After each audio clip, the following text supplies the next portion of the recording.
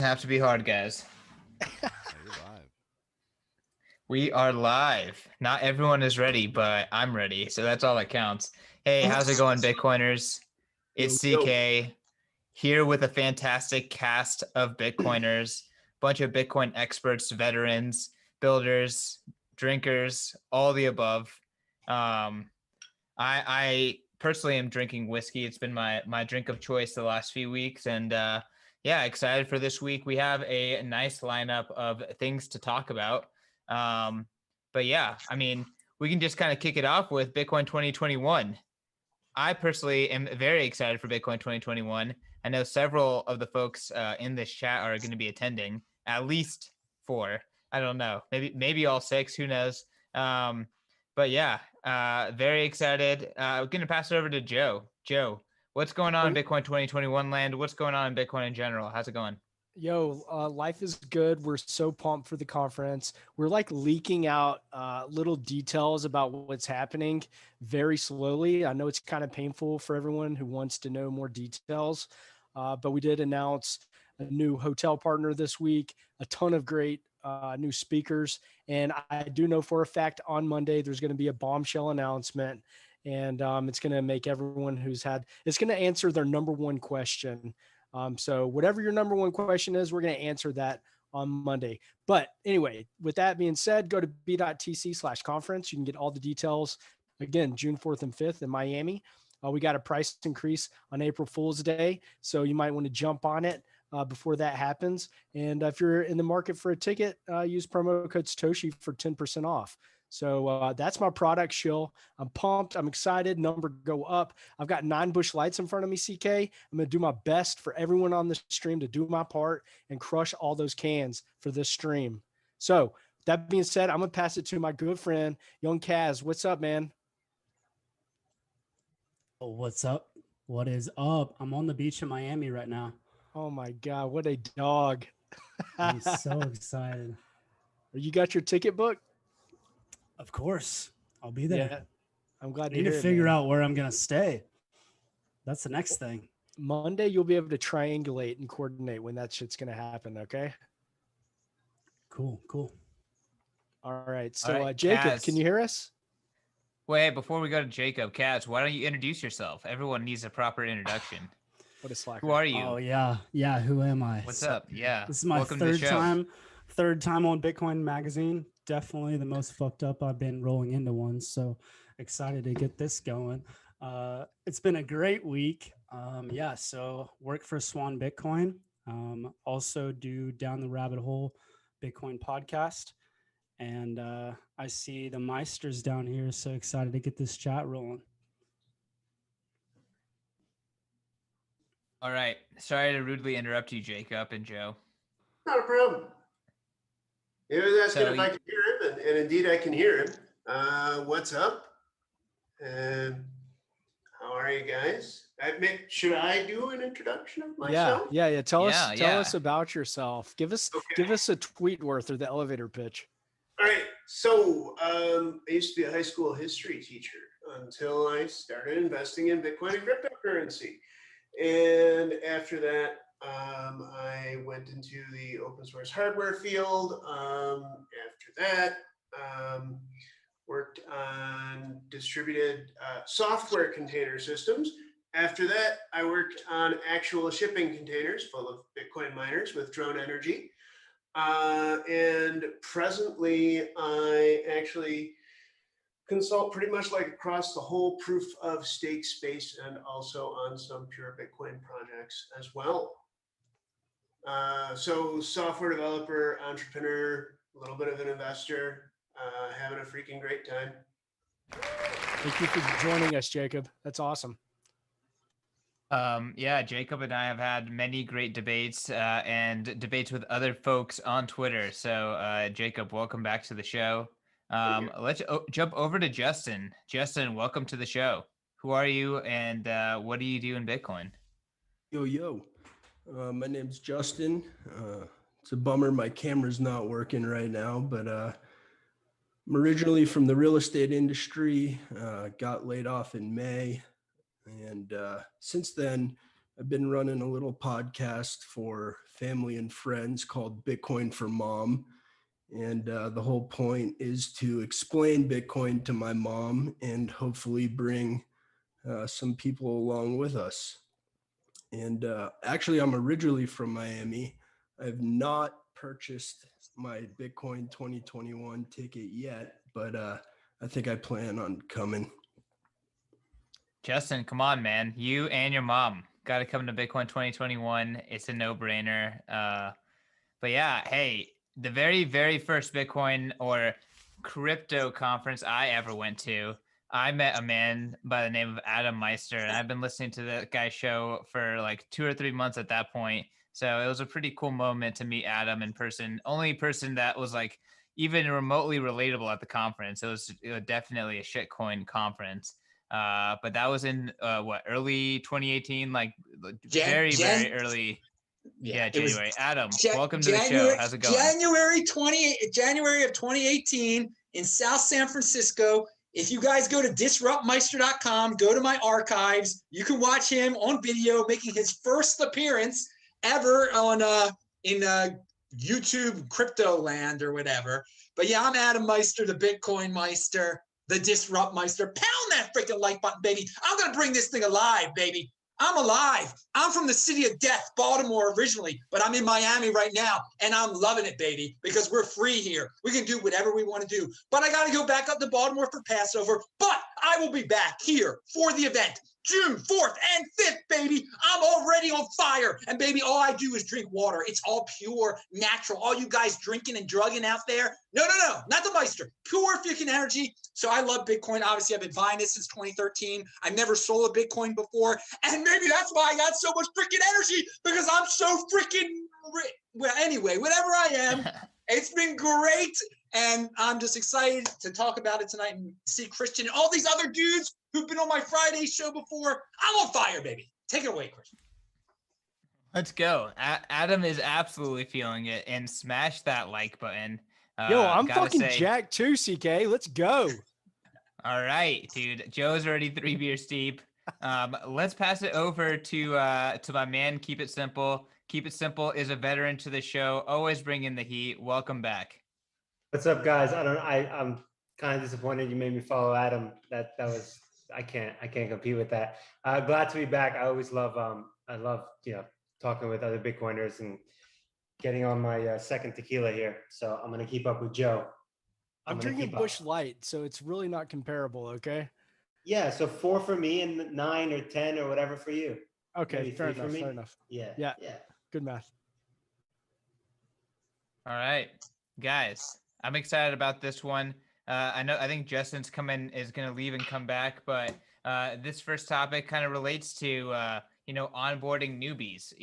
I think Kiss, Adam, several folks here, Kaz, have all been a part of bringing people into the Bitcoin fold. One of the things that Bitcoin Magazine has been putting out this week has been a 5-part series about wallets and buying your first Bitcoin. The series is very unique because 1, it is oriented towards newbies and beginners, but 2, it has a heavy emphasis on KYC free and holding your own coins. So it's kind of like the cypherpunks introduction to Bitcoin, how to buy Bitcoin, how to store Bitcoin for a newbie. So an interesting take on how to onboard newbies. We don't have to necessarily talk about the guide on Bitcoin Magazine, although I recommend everyone check it out. But I'm curious how you guys, what's your default way of onboarding a newbie? Do you get them on a Cash App? Do you get them on somewhere else? Do you recommend KYC free? Let's go over to Kiss. Kiss, what's your go-to? You met someone doesn't own Bitcoin, but they're smart, they're honest. You want to talk to them about it. You're trying to get them on board. How do you do it? Well, it's very different than the way that I do it for myself. I push them towards, like a Cash App or some kind of exchange, some kind of regulated exchange. Just get a little bit, get it quick. Cash App's probably the fastest way to get it, although not the cheapest. And then they just have to wet their beak a little bit. And then after that, it really depends on the person. A lot of, I'm sure all of us have been dealing with people that are brand new that want to, get exposure. And it's a lot. It's hard. I mean, being in this space for years and years, you really take for granted all the little things that have to build on each other, right? To be able to even interact with Bitcoin comfortably. And, I have friends that are like setting up their cold cards, they're watching my guides, and that's great. Like they're going step by step with that. So I don't need to like be on the phone with them or anything. And they're learning from it, which is great, but it's still, they're like, why do I have to do all this stuff? Will this get easier? Like, will I have to do less?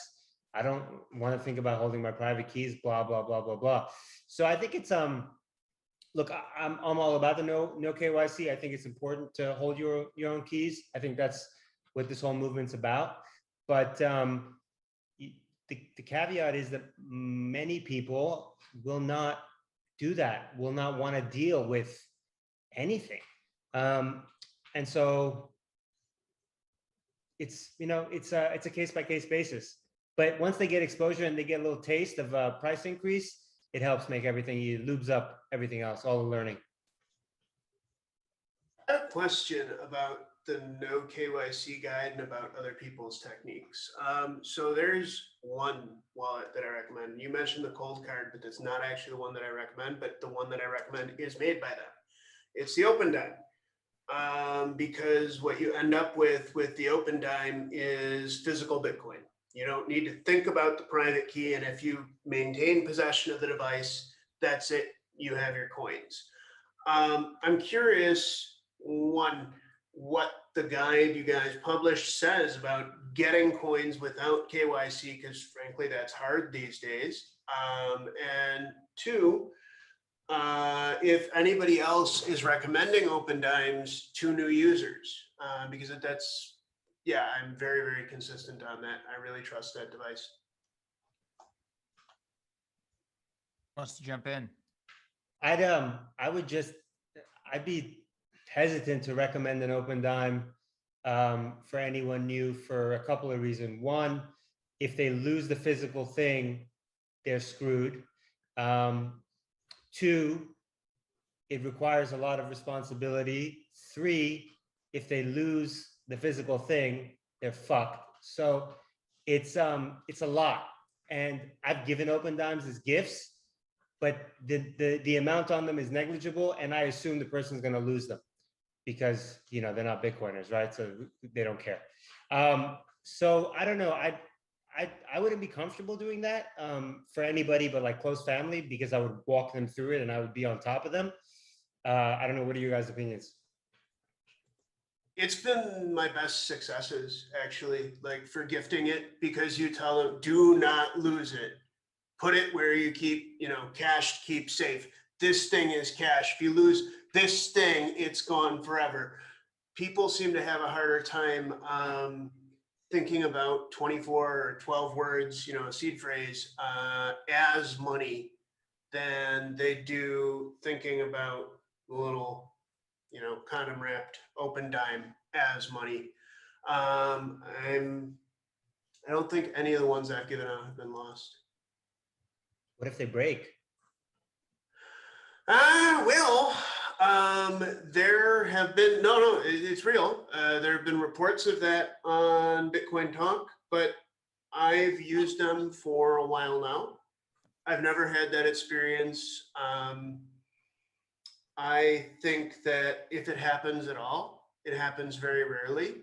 In fact, even the ones like, I'm not certain that all of the reports on Bitcoin Talk of them breaking are actually accurate. There's a lot of talk on Bitcoin Talk. And then in terms of backups, well, backups are security risks too. You write down your 12 or 24 words, and what happens when somebody sees your 12 or 24 words? You're fucked once again. So, I just tell people to treat it like cash. They do. And that simple, mental model works out.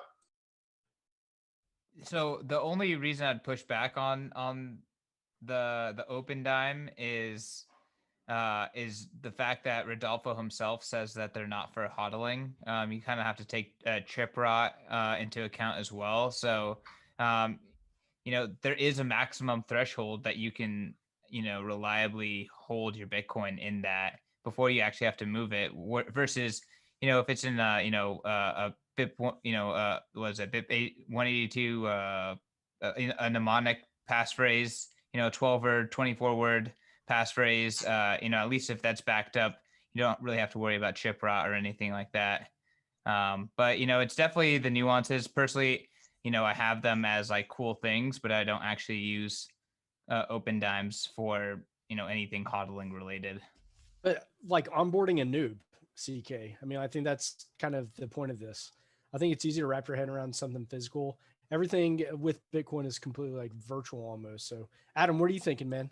Well, I'm thinking what I've dealt with over time is, hardware wallets are a little bit too complex for noobs. By the way, the dude who has the podcast for his mom, that is a great idea. I mean, that's how you get newbies into this. Make it simple enough for your mother. And what's simple enough for your mother? An online bank, unfortunately. And whether we all like it or not, we love this complicated no KYC stuff. It's going to be super private. No one's going to we own it. But most people, what's going to end up happening, Coinbase is about to go public. They're going to be incredibly wealthy. They are wealthy. That is going to be the Bitcoin bank. Most people are going to keep their Bitcoin at the Bitcoin bank. That's the easiest way to do it. What I did, back in 2016, 2017 with friends and stuff, before there were a lot of options, I'd be like, just buy it at Coinbase. And then you're going to learn about these things called hardware wallets. And what did my friends do? They did nothing except one of them bought it at Coinbase. He bought 1/7 of a Bitcoin. He still has that 1/7. He paid $100 for it. He still has that 1/7 of a Bitcoin at Coinbase. He still has the option to get it off of Coinbase if he wants to. So he was onboarded. I mean, he's done great for himself. Since then, he's had 2 children, and he's got, what's he got now? Over $7,000 worth of Bitcoin at Coinbase that he paid $100 for. So I know we have this strict orthodoxy. I would recommend getting a hardware wallet to a newbie, but I would explain it step by step. Just get it at some regulated exchange. You can't keep it on there, dude. But they're going to learn over time, if they don't get it off, that it is a Bitcoin bank, and they are used to banks. And that's not everybody that gets into this wants, the personal responsibility of taking care of something that's worth a lot in there. They don't trust themselves. They would rather trust a company that is a public company, will be a public company. They'll treat it just like Bank of America. How they treat Bank of America with their money, they'll treat Coinbase. But in the perfect world, yes, a hardware wallet, that is what I would recommend. And but most people, it's too complex right now. They get freaked out by that 24-word seed. I mean, I've told my mother about the 24-word seed, and she's just like, "Oh my God, I don't understand what the heck you're even talking about, dude." So props to the guy that's trying to teach it to his mom. Will create a podcast that makes it easy for moms. That is a good first step there. So hey, I want to say one thing. Can you guys hear me? Justin, we can hear you. Let me say this real quick. I think that also for this wallet series, it's about your first wallet. So maybe phrasing wasn't like, how do you onboard a complete noob? It would be like, hey, you bought on an exchange. Here's a good guide for you to first custody Bitcoin for yourself. So just want to let everyone know that maybe he's out there listening. It isn't just like, how do you walk up to a stranger and get them to like first interact with Bitcoin? Which I would say, Adam, like an online bank makes a lot more sense. My first experience was with Coinbase. I think Cash App is a great example. But when you first experience it, I think it's a neat series because it talks about, privacy is a best practice. Like once you get your like Samurai, for example, set up for yourself, how you could then take approaches to acquire KYC free Bitcoin. So I think it's like putting like the cypherpunk best practices into something that possibly didn't exist before. But I don't know that I would just give it to a brand new noob. Like my non-tech friendly friends, I would be scared to like point them to this as a resource. But someone who's gotten the fever a little bit, they've experienced number go up. Now they're starting to read more and get the vibe. This would be something that I put in front of them. Like, hey, if you want to be a real Bitcoiner, this is what the cool kids are doing. You need to check this out. Yeah, I was just going to add. Go for it, Justin. I want to hear from you and Kaz. Yeah, so I think like first of all, it doesn't really matter what form you kind of get people into, like whether it's an open dime, whether it's a Coinbase wallet, whether it's Cash App. I think in this sense, like the dollar cost average is so powerful because not only does it take the emotional, like trying to time the market aspect out of it, but as your wealth increases in Bitcoin terms, like your education and like that time it takes to really get a grasp of how Bitcoin works, like your knowledge of Bitcoin kind of grows organically with how much you're holding, right? So if you hold $100 worth, you can have it in a hot wallet, play around with it. Once you get to $1,000 worth, maybe you want to take possession of your keys. When you get to $10,000 worth, like now you got to put it in cold storage, and it kind of gives you the time to do that when your dollar cost averaging. I like that a lot. So, Justin, when you have your kind of first conversations with newbies, like, how do you go from 0 to like this is how you dollar cost average? Because that's something that I do personally. Well, you gotta have somebody who's willing to jump into the space, right? Like if you're trying to convince somebody who's not interested, this conversation's kind of irrelevant. But if you have somebody who is now willing and able and interested in getting into Bitcoin, then you can start to have some of these conversations. All right. I think a big distinction is someone getting into Bitcoin and someone who just wants Bitcoin. Because most of the people that I'm interacting with in my, real life, like friends, family, they don't want to learn Bitcoin. They just want exposure. They want it to be safe, and they want to forget about it until it's time for them to do something with it, right? There's no like, oh, I want to interact with Bitcoin, or I really want to understand this. It's just like, oh, I want a position, and that's it. Like, let me keep this super safe. I don't want to think about it. I don't want to worry about it. I don't want to touch it. I don't want to learn about it. I just want to acquire wealth. That's the majority of people that I deal with. Every single person on this is the fringe person, not the normal regular person.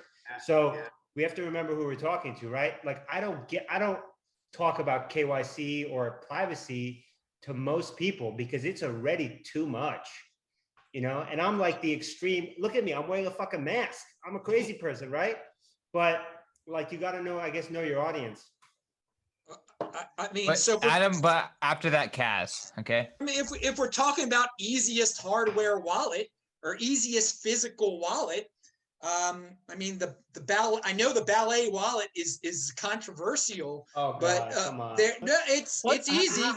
It's easy, and I got the advanced version.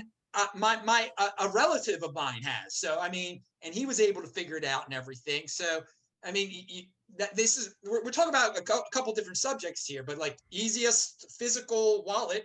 That one's pretty darn easy. Okay. So I'm gonna jump in here. Please do. So we're gonna go all the way back to the open dime because I'm stress testing an open dime right now as we're speaking. It's not gonna break.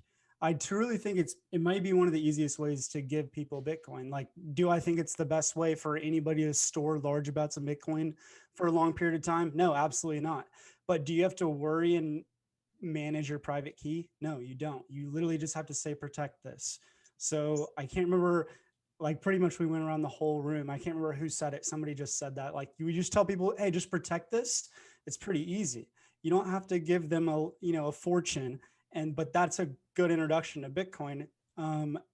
Going back to KYC, most people don't understand Bitcoin, so they're not going to understand why you should buy KYC Bitcoin. If they don't understand the history of money and like 6102, they're not going to understand like KYC. So I think just introducing people just to the concept of like, taking control of their life and their finances and buying Bitcoin, that's way more important than like doing everything perfect, like from day one. So that's where I'll go.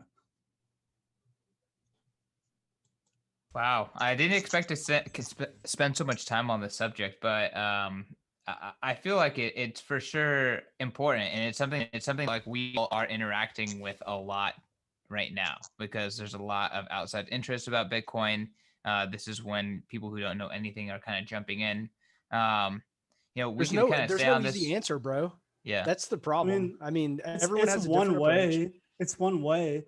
I mean, I recommend people like software wallets like Samurai and Blue Wallet like 99% of the time. But like there's some people like I would give an open dime to. Like it totally just depends on like the person and like how comfortable they are with technology and different things of what I would recommend them to. And it depends on how they think about stuff. If they're Yeah. the type of person who's more comfortable with a physical object, you give them the open dime, Yeah. and you help them fill it or whatever. And if they're the type of person is going to need a backup, like you said, you always use a software wallet. Yeah, I'm a huge fan of that physicalization aspect of the open dime. And when it comes to getting people like involved, I do want to say, I mean, I gave out my first open dimes like, I don't know, 3 years ago, I guess. They were trivial sums of money then. And no losses. I checked in with everybody a couple weeks ago. So I'm very, very satisfied with that product. Cool. So last question on this subject, and then we'll move on. But how important is holding your own keys? Like, let's just call it in the first 6 months of buying Bitcoin. Does it matter at all? Let's go to Adam because Adam kind of had a counterexample. In the first 6 months, no, it's not. As long as you got as long as you're not a no coiner screaming and complaining anymore, that's a great first step to get to stop being a person who's wondering and asking these questions and making up these excuses. As long as they've purchased Bitcoin, they're great for the first 6 months, but yet they really should start exploring getting it off that freaking exchange at least after 6 months. But they're in a much better, compare them to the no coiners. They're in such a much better position for the future of their lives than no coiners who keep on making up all these excuses. Why? Is there going to be quantum computing? I'd rather have it on Coinbase than be worrying about quantum computing. You raise a really, really good point. Although I do just want to say I have serious concerns about that Ballet wallet. Because the keys are pre-generated. Like, give me an open dime any day, because you generate your own key. But you're completely right, Adam. It's all about getting them off of zero, getting them into the experience, and getting them thinking about what money is. People ask me about Bitcoin these days, and I say, "Well, you ever thought about like what is money exactly?" And that really gets quite a thing going. All right. How important is to go off the exchange in, let's just call it a reasonable amount of time? Justin. So the way I see Bitcoin is kind of like a race to the finish line. And, all the time it takes to get there is your accumulation phase. And, as long as you're increasing your odds of making it to the finish line with like the most amount of Bitcoin in your hands, like that should be the goal. So whether you keep it on an exchange or on a hardware wallet or in the Glacier protocol, whatever it may be, like you want to, first of all, feel comfortable about where you're storing your coins and be able to do so. And, evaluate the risks in custody and self-custody, and to kind of maximize, or minimize your loss as you're trying to accumulate. Yeah, I think that's fair. It's like sometimes people are like, I need to protect this from a hacker or a robber, but the reality is they're making their funds very susceptible for a fuck up on the from themselves. And the reality is you just got to do whatever it takes to increase your chance of holding on to as much coin as possible, right? It's just about, minimizing how much you lose. Yeah, I mean, that could take a lot of different paths. It's a very personal decision whether to take possession of your own coins or to leave it with somebody else, whether, BlockFi is a very controversial topic, whether you want to lend it for interest. It's a very personal decision. It is. I know way more people who have self-owned with the number one cell phone, and I mean screwing yourself over when I say cell phone. Number one way to screw yourself over owning Bitcoin is to make some kind of complex arrangement to protect your key, so complex that you fuck yourself over. That's just awful to see. It's another reason I really like the open dime. It's more or less impossible to do that. Dude, Rodolfo's getting some great shills for the open dime today. All right. How important is it to get off the exchange, Kaz, in a reasonable amount of time?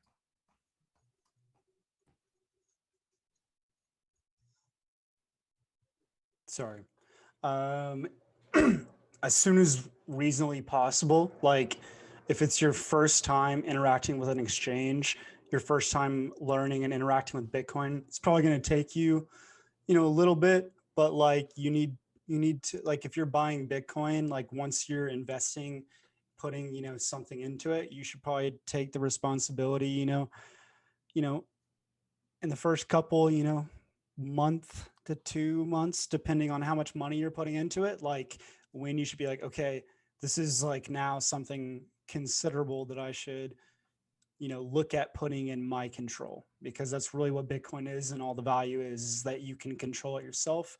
You can self-custody it. It's a bearer asset. And, you should learn how to do that as soon as possible. Like when I introduce people to Bitcoin, if I'm there physically to do it, I try to do that as quick as possible. Like I try to get them to either send me Bitcoin or for me to send them Bitcoin, for them to see that and, interact with that as soon as possible. I feel like that's really important. Yeah, I forgot who said it, but gosh, it was someone who was like, when you see the magic, like especially when you're exposed to the traditional rails, when you see the magic of like final settlement, it was VJ Boypati. Like when you do it yourself and you see that power, like, and you know what it means, it's really something special. So yeah, self-custody does have kind of like that experience of like, wow, that was a powerful thing I just did. Let's go Kiss and then Joe, same topic. How important it is get off exchange quickly? So it's the most important thing. And I pound, like, I don't care who I'm talking to, I pound it in them, because if you're buying this for number goes up because it's fixed supply, it's a bearer asset, it's uncensorable. So you have to, like, if you're not going to use those benefits, then you're doing yourself a disservice. It is the most important thing. So I have, friends that are buying on Coinbase and they switch to, better ways, and they have their setup and they're starting to pull funds off. Regardless of the amount, the only time I don't push it is if I think that the person is just going to flip flop. They're buying maybe $20 a week and they're going to sell it. They're going to sell it soon. They don't understand what Bitcoin is. They're just getting in on the hot money's going everywhere. They don't care. And if they don't care, I don't care. I don't push, but for people who are like, this is valuable, people that are putting in 6-7 figures, 5-6 figures, the most important thing, you got to custody your own coins. I think the best thing that can happen for Bitcoin over the long term is that we get a 6102 type of deal where people can't custody, people lose their shit. Some people, it'll be a very bad situation short term, but for the next 20, 30 years, people will remember that and they will respect self-custody. And we won't be having these conversations anymore. Now, that's a very hard lesson. It's a hard pill to swallow. A lot of people are going to get screwed, but Go Okay, ahead. I want to hop in here real quick because I know a lot of people are going to say something to what he just said. So if we were to do a 6102 on Bitcoin, I don't think it will be successful, and I'm not saying it's Right. scary, but okay, I'm saying we're talking. Okay, we're effectively talking about just Bitcoin that are on exchanges. Because if it's in self custody, how are you going to do a 6102? That's what he's Correct. talking about. Okay, Yeah. so Well, just you also have okay. a KYC Well, then yeah, list. okay. Don't The- fucking the- tread on me. There's CoinJoin. There's there's so many things you can it's do complicated. There's like boat we're accidents. like okay. I'm just saying just let's just compare. Hold on, the guys. physical aspect of like taking gold from people to the aspect of taking a digital piece of like information from somebody. Like, how are we going to do that? How's anybody going to do that? That's It's not the And even point. past stimulus That's checks. not the No, point. We he's can't even talking get about. fucking stimulus checks into people's That's bank not even- accounts. It's not the That's fucking not even point the he's point making. I'm making. Yeah, I'm not making that. That's Okay, not my okay. point. The point is, it's a hit on the perception. People will be scared. It will scare people off. It's not fundamentally a viable attack on Bitcoin, but it is on Yeah. the infrastructure and the perception and the image that's being built. Yeah. It's going to terrify a lot of people. It's extreme, but I think it will, there won't be these conversations anymore. People will understand why Bitcoin's valuable, and when they can acquire any, they will self-custody it because they know, they remember what happened. I'm sure it'll get turned over. If it happened in America, which I don't think it can anymore, but if it did, it would last maybe a year, maybe less, who knows? I mean, to be honest, I don't even know if it's going to be a real, like, we don't need a 6102 for people to get it. As soon as Bitcoin is real money to most people and there's a real exchange hack, it's going to really fucking matter to most people. So I don't think it's going to take that much. That exchange hack was Mount Not And in it a matters to trillion everyone market who cap. cared about Bitcoin back then, right? Yeah, but I'm just saying the whole reason that we are preaching self-custody right now on this podcast is because of Mt. Gox. Like, that's the lesson learned. Like, No, that's it. I Right, think there's okay. Justin, then Joe. I have to stand up for the lineup. Justin, then Joe. Let's go. Thanks. I think there's like a real risk of, at least custodied Bitcoin becoming uncustodiable, right? Like Bitcoin can't be shut down, but if the governments tell all these exchanges, like, look, all these Bitcoins have to trade internally, that's what's going to happen. So as long as we can get Bitcoin into people's hands, Christian, I'm telling you, like, this Isn't that is what a Morgan risk. Stanley's Shut doing? down BISC. No. I'm just saying that the Bitcoins that exist within custodians could like never come out. Yes, absolutely. I Absolutely. I agree with that. I don't know if I agree with the other things that you said, but that last statement I agree with. All right, let's go to Joe. I think that it's a journey and there's not an easy answer. And unfortunately, some people got to get wrecked. I hope it does not happen. I hope there's no 6102. I hope people do not get wrecked. I think maximalists are, loud and proud about the way, and self-custody is part of the way, and not dabbling in shit coins is the way. And I think that we are going to continue beating our chest as maximalists, and it's scary. Bitcoin's a bearer instrument, like it's on you. If you fuck up, it's gone. There ain't nobody to call except for, nobody. So there's not an easy answer, and it's a journey and it's a process. And I think we talked about a lot of the ways, but I think the answer as quickly as possible, but you got to want it, because I think all of us have probably tried to help a friend or family member who drugged their fucking feet and really didn't care and didn't have skin in the game. And me and my personal journey, I'm starting to not give a fuck about people a lot more because I've tried, but I'm going to continue, memeing at them, and I'm going to keep telling them to keep having as much fun as they want to have. And if they, my friends and family members come to me and like ask, I will definitely tell and give some solid advice. So that's what I got to say. I think it's gonna happen. There will be an attempt to seize Bitcoin. It's going to affect all of the major retail exchanges, and a lot of people are going to lose their coins. And it's only going to be a small portion of people who do not. Yeah. All right, All CK, right. pivot, bro, pivot. Yeah, so that was sad. I don't know about bearish, but sad. And I want to pivot to bullishness. Will Clement taking the Bitcoin space by storm with just bullish article after bullish article. Who put is out Will a Clement? fantastic article. Huh? Who is Will Clement? Tell everyone who this kiddo is. Dude, this kid's like 18 years old from East Carolina University, and he's just like so incredibly smart, just insane. I mean, the Zoomers in this space just mind-blowingly smart. But regardless, So I haven't heard this name yet. So show me this kid. yeah, well, I don't really even want to show him because you'll see him on the internet again. But yeah, this article, effectively what he does is he takes like markets like the S&P, markets like the fixed income market, markets like the real estate market, and then he tried to compress them into Bitcoin terms, right? So he ran the numbers, and he's trying to push the envelope of, how big can Bitcoin get? And he's actually going further than saying like, hey, take, whatever market you think Bitcoin can capture divided by 21 million. He's saying take that market and divide it by 2.4 million. That's the float. That's the amount of Bitcoin that's actively trading on exchanges right now. So he's deleting anything that's not actively on exchanges. So you get some mind. So are we gonna have numbers. a gamma squeeze on Bitcoin? Like, I mean, you get some mind-boggling numbers when you calculate this.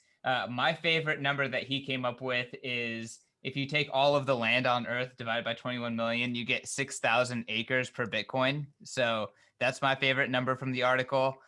We don't have to dwell on his numbers. I'll drop some more throughout this stream, but I'm just curious, how big can Bitcoin go? I mean, I want to go to Adam. Adam's seen Bitcoin at tiny numbers, and he's been predicting massive numbers pretty much since day one. Like, Well, how big can Bitcoin go, Adam? I don't do the clickbait quadrillion stuff at all. I tell people take it one step at a time. So the first goal was to get to $100 billion market cap, right?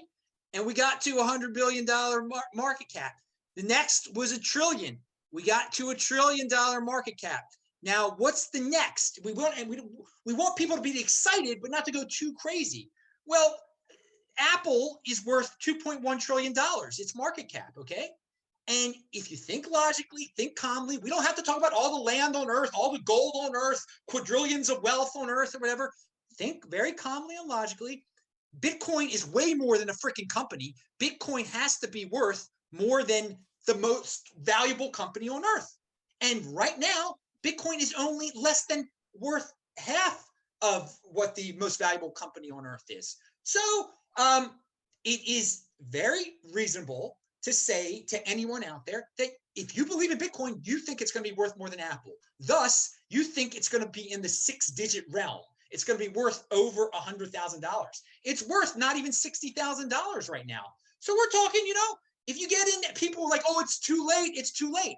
Is it too late when it's only worth half of what Apple is worth? No, not at all. Not if you truly believe it, and this is not a fly-by-night thing, which is not, then it really should be worth more than every single freaking company. So that's your next. And I know that's bullish, but I don't like the clickbait stuff. I don't like it's going to be 1 million tomorrow. It's going to be This is a very logical goal to have in mind. It's a medium-term goal that's very attainable that we should all see if everything goes according to plan. And it's something to get newbies in that are just intimidated by the $57,000 number right there. So yes, to beat a $2.1 trillion market cap, what would Bitcoin have to be? $110,000 or something like that. Yeah. I know it doesn't sound that glamorous. 106. Huh? 106.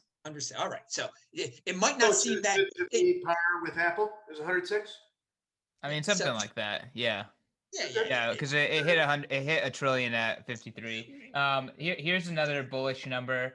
Currently, so Apple, that's 2 trillion. The entire S&P 500 is 31 trillion.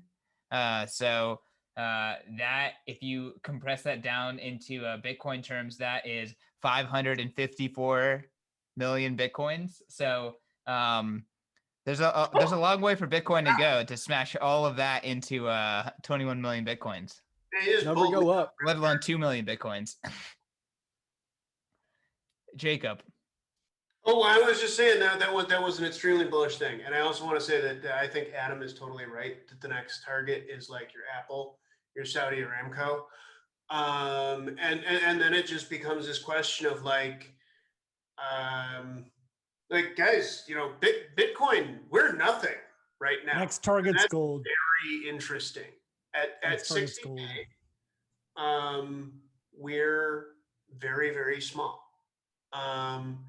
If we're measuring against USD or we're measuring against Chinese yuan, or we're measuring against even like, you know, the real estate markets, things like that. Gosh, Bitcoin begins to have kind of, I mean, I really genuinely try not to measure it in dollars at this point. And people, especially noobs, we were talking about onboarding noobs, they don't really get that. But I feel like with Bitcoin, because I can transmit it anywhere on the planet to anybody of my choice, I don't have to ask permission. I just do it. It's a very, very different thing than holding dollars. And I think that compared to any other asset, it's going to hold its value better. Bullish. Okay, how high can we go? I feel like Kaz wants to talk. Kaz, I mean, there's some insane numbers here. I want to draw the attention to asset-com. If you want to see Bitcoin compared to other equities, other stocks, they even have a Bitcoin flipping page. Highly recommend asset-com. Great website. It's like coin market cap minus the shit coins. It's unless you consider, you know, equities to be shit coins, but then there's a lot of, you know, shit coin equities there. I want to correct But yeah, you. it's just They are comparing all shit Bitcoins to equities. And it's pretty awesome. A pretty awesome website. Yeah, I love the website. Had to crack a beer for this one. So how high can Bitcoin go is the question. I think there are multiple answers to that question. If I'm going to price it in today's terms, I would say over the next decade, Bitcoin, so there's about $400 trillion worth of global wealth. Between everything, between all store value markets, between derivatives, between, you know, broad money supply, between pretty much every asset in the entire world is around 400. You know, it's increasing, but, you know, just over $400 trillion of wealth. I think Bitcoin is now $1 trillion in market cap, that it could go to, you know, easily a quarter of that to 50% of that over the next decade. So I think that's a way to realize the upside of it, but also it's very, very, very hard to realize the upside of it when you're also trying to simultaneously take into account the downside of fiat currencies, of pretty much every asset in the entire world, from pretty much all bonds, sovereign wealth funds, corporate bonds, you know, central bank reserves, to, you know, pretty much everything from fine wines to collectibles to NFTs and digital art. Bitcoin's going to eat all of that over the next decade. So, like, I don't even know how to grasp what the number's going to actually look like in dollar terms, if the dollar is even, you know, still competing at that point. I like your point. It's hard to calculate because everything else is everything else is hard to measure, right? Isn't that like one of the biggest problems here is that is the fact that there's no proper like way to calculate economic, you know, make economic calculations with fiat money. Like it's so manipulated that we're seeing distortions in supply chains. We're seeing distortions in asset allocation. So hopefully Bitcoin fixes this. And as Bitcoin goes to the heights that we think it will, it helps with that kind of asset allocation and the clarity of like, what is something actually worth? But until then, it's going to be a wild journey in dollar terms, in clown bucks, in all of these things that we are kind of dealing with today. Justin, how high can Bitcoin go? Well, my thesis is that Bitcoin's worth everything or Bitcoin's worth nothing. And now that Bitcoin's reached $1 trillion market cap, I don't think it's going to be worth nothing. Pretty simple, pretty clean. Go Everything on or nothing. mute. I've End said it that right before. there. That's perfect. That's Hey, awesome. wait, I got something to add, Christian. Christian, you Go. mentioned asset-.com, okay, which is a great site, but you said there are no S coins there, and you are incorrect. Actually, Ripple is on there. You can look up plenty of altcoins on there. Ethereum, if it was a company, would be the 45th most valuable company on the planet Earth right now. So they rank quite a few. Now I don't know if people consider that an S coin, but Ripple is definitely an S coin. Okay, so that is listed on there as well. It's an entertaining site, asset-.com. They've merged. Okay, what you call these S coins, these stinkers, and equities are essentially the same thing at this point. I actually, okay, listen, Ripple. All right, Ripple is down here. It is a genuine S coin. Okay, there is no purpose for Ripple. It will never help anybody with anything. It was designed to extract value from people. There are crypto assets out there that actually do stuff. They're interesting. No one cares. Sorry, Jacob. Bitcoin Magazine. They're shit coins. This is what Bitcoin Hey. built. No, I agree. You know, it's Bitcoin or shitcoin. It's all, if you, from an investment advice perspective, it's all trending to zero in terms of Bitcoin. And part of what Bitcoin enabled is permissionlessness, and the fact that people can do stupid fucking shit with their Bitcoins is proof of that. So there you go. How high can Bitcoin go? Further than I. Bro, let me tell you how high it can go. Let me tell you how high.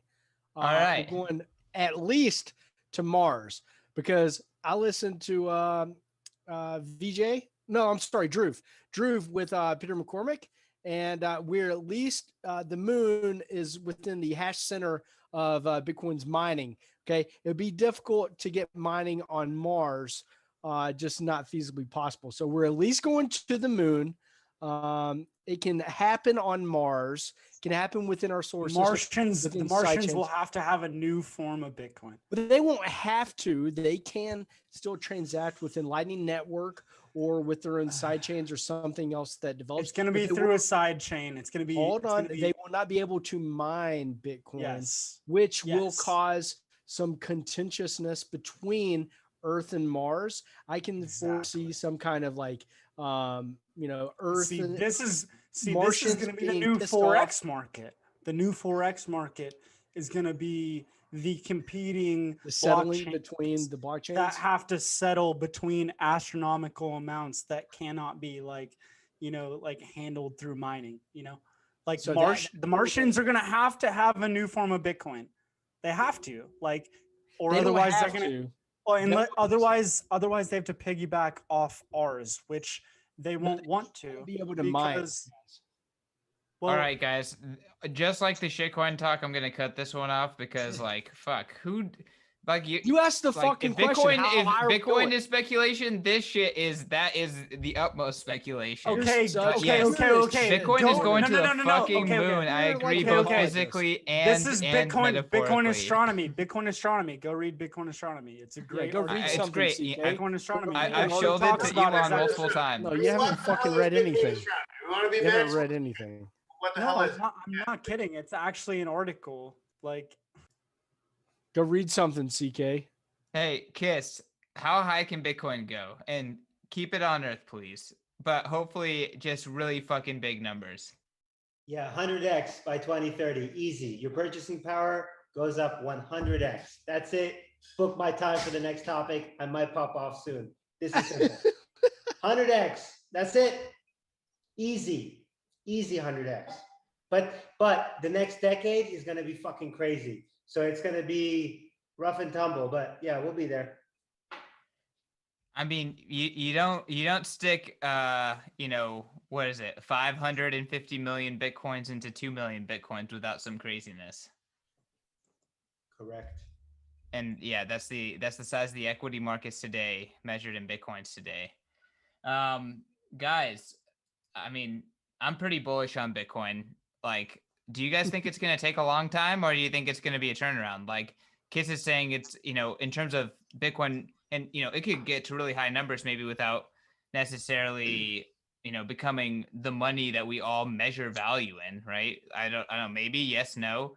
Personally, I see like by the next election, by 2025, like Bitcoin will have already changed borders. Like it will have already changed what countries look like. That's how do you think we'll have quickly I think it's going to happen. Do you think we'll have politicians that have a Bitcoin stance in the next? I mean, yeah, we got like We 4 of already them do. coming to Bitcoin 2021. So yeah, I do. No. I do think that we will. I think most politicians by the next election in the next 3 or 4 years will they have to be one side or the other. I think that's how contentious it'll be. That's what I meant, CK. Not do we have a senator who likes Bitcoin, who is our queen, by the way. My question is, will we see a line in the sand with mainstream politicians, not mainstream, with U.S. federal elected politicians? That's the big question. I think so, because they're going to try to nuke it, and everything adjacent to it, and everything that allows you to hold and generate wealth privately as yourself. What's adjacent to Bitcoin? There's nothing else. What else is there? Oh my God, there's all the 1,000 or so projects that sprung up only because Bitcoin exists. Bitcoin made them all possible. And they're going to gun for all of that. I'm very sure of that. Well, I hope that they waste a lot of energy on the shitcoins, because I personally consider the shitcoins to be just a DDoS on their finite energy, which I'm a big fan of. Adam. Well, you can consider the altcoins and DeFi to be a shield for Bitcoin. They're centralized, and it's easy for bureaucrats to go after these centralized creations and virtue signal to all their followers, look, we're taking care of these horrible terrorist DeFi people, and we're taking on cryptocurrency, and it's just a shield for Bitcoin. They'll ignore it. They'll know not to go after Bitcoin. I'm not too worried about these dudes going after Bitcoin. They've got so many mindless things to waste voters' times on. I don't think every politician by 2024 will have a stand on Bitcoin.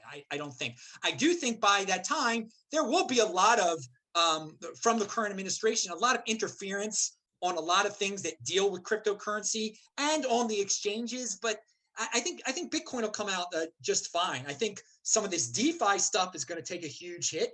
Just like the ICOs took some regulatory hits last time around. So look at it as a positive way. The S coins and the DeFi projects and the art tokens or whatever, they're just a shield for Bitcoin, for the government to get distracted with that stuff instead of going for the real thing, which they really can't go for anyway.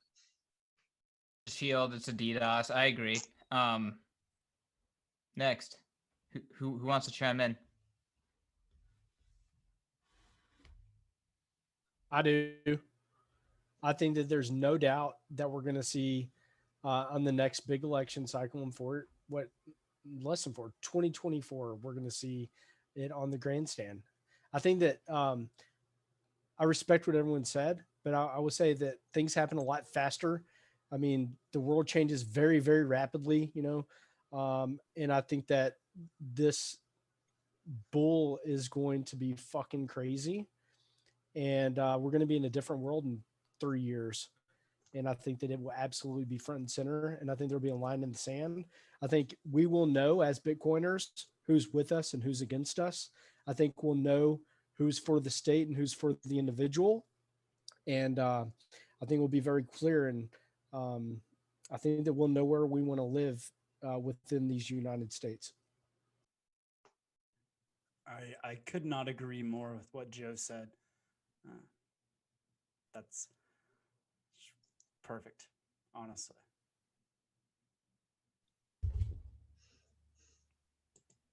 Want to talk about politics more? Should we move on? I don't know. Do we want to All talk right. about politics more? We probably shouldn't. No. No, let's Yeah. move. Yeah, let's move Nah. on Fuck when you put it that politics. way. So, earlier this week, NY Dig brought on the one of the leadership members, one of the senior members of was it the which insurance New York company was Life. it? New York Life. Yeah, New York Life.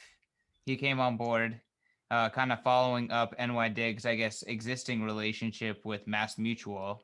For those who don't know, NYDIG is the hottest institutional Bitcoin maximalist, Bitcoin forward custodian onboarding presence out there. And the fact that, leadership from NY Life, insurance companies like Mass Mutual, actually buying and holding Bitcoin, these are pretty big moves. Our boy Dylan at Bitcoin Magazine broke down kind of why it makes sense, why insurance companies have really long-term liabilities, and in a world with 0% interest rates and kind of crazy valuations across equities, that something like Bitcoin makes sense. But it is really interesting to see large institutions like New York Life, like Mass Mutual, like insurance companies in general, which have a lot of cash on the sidelines, looking at this baby asset, right? It's just crossed a trillion. It just got, close to FANG territory. So, Kiss, you were pretty short on the last one. I'm hoping that you have a few more things to say about this topic. Insurance companies, institutionalization. What are your opinions here? Well, I guess I guess it's good long term, but the Morgan Stanley news that just came out a couple of days ago, right? The first U.S. bank to offer its institutional investors access to Bitcoin, and people are making it out like it's some big deal. But if you look at the stipulations, it's so onerous and so small. It's almost like it's like a PR stunt. I mean, it looks like to me that they're just more terrified than anything else, because they're like, we like Bitcoin, but only a little bit. No, don't get too crazy. You have to have a lot of money first. You got to hold it here only a little bit. So what is that? I mean, I don't know if this is just a hot thing, hot money everywhere, $69 million NFT. You know what I mean? Maybe for a lot of these people, Bitcoin is the same thing. Now, for an 100-year-old insurance company, I mean, they're obviously very, very smart people, so they probably get it. But I think a lot of it is probably just press and hype, and we get a nice 50-60% drawdown. I think a lot of them are going to be going, probably just dumping their positions. Maybe not the insurance companies, but just a lot of this PR porn.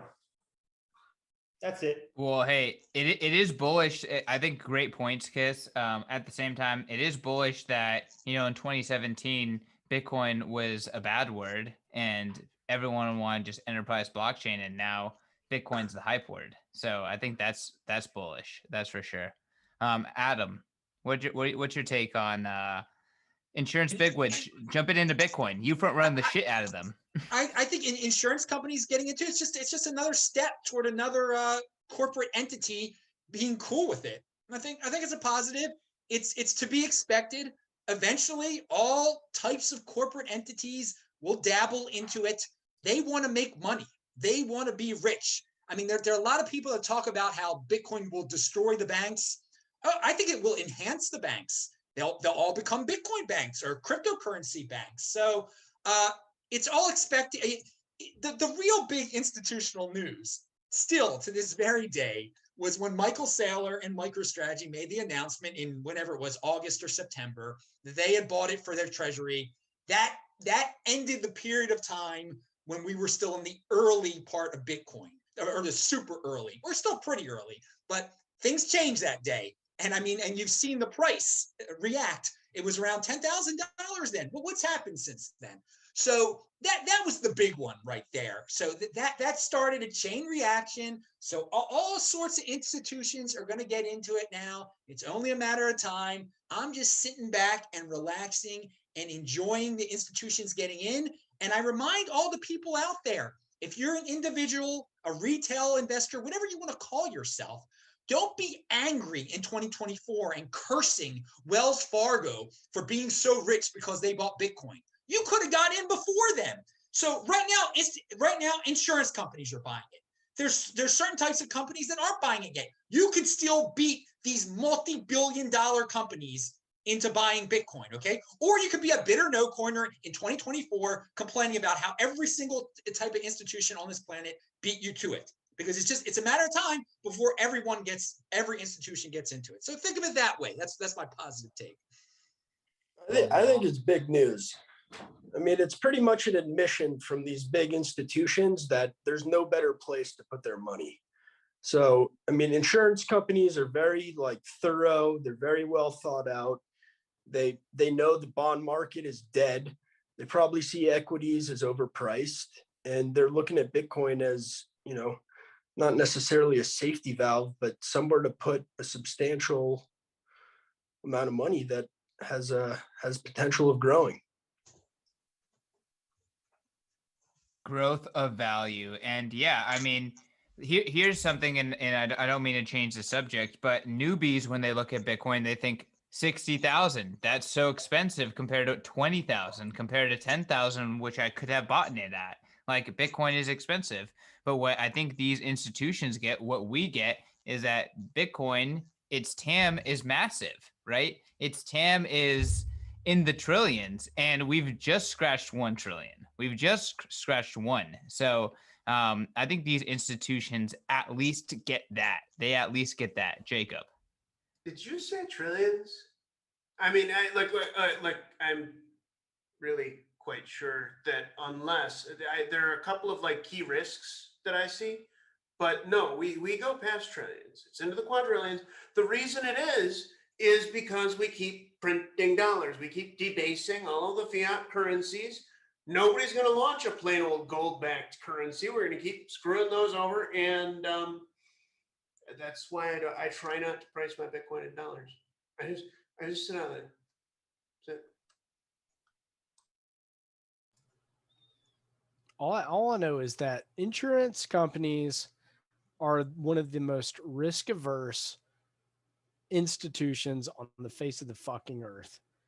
And the fact that you've got ex-CEOs coming on board with NYDIG is an incredibly bullish signal.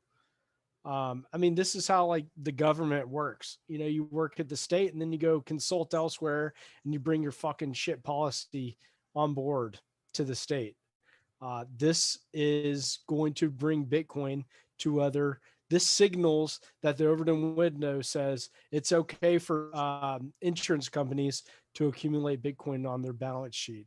So like the author said, like Dylan said, I'm incredibly bullish on this. And I think it's fucking awesome. I don't know if anyone else would care to disagree. I'd love to hop in here. I'm not going to disagree at all, but I'm going to add to the point. It's because Bitcoin's risk profile has adjusted since it has grown to this new level. So actually by just default number go up, Bitcoin reaching $1 trillion in market cap is now accessible to a whole new level of an investor class that can bring in so much more money than just the normal retail investor that has been propping this up for 12 years. So if you have not bought Bitcoin up until now, you've had 12 years to front run institutions. So now, yes, this week, Morgan Stanley comes out. They're going to offer Bitcoin only to people that own, I think it's 2 million within their company. That sucks, but there are so many other ways for you to buy Bitcoin, and you need to just do it. That's it. It's a bargain still. At 60K is really cheap to where this is going when you compare it to, look, take Bitcoin, compare it to It's cheap no matter what the price is. It's always cheap compared to fiat currency. yes. You have one you have a fork in the road. Do you want to have blood money that's based on terrorism that funds pretty much everything, and you're gonna lose everything you store 20% a year on top of what you pay in taxes? Or do you Yes. just want to have a Yes. sound form of money that you control, and that's Dude, it? fuck the state. Okay? Like, what They the hate fuck? you, Like, it's okay? like, what? It's communism or it's individualism. Your choice. It's that simple. Like, there's no way, Yeah. for us to keep going down this fiat money path. It's going to lead to more centralization and less individual liberty. So fuck that. They already this want to every raise fucking taxes after they just printed so much money. Are you fucking kidding me? They need Like, to get it back. how is It's nobody having a problem with this? No. Like- We're just getting our stimmy. Okay. finally. Okay. But we won't go down this path today. No one pay taxes. This is financial advice. Just kidding. Just kidding. They did kick back the tax deadline by a month in the US. So Huddle on, means that- comrades. One more month to hold before you pay them taxes.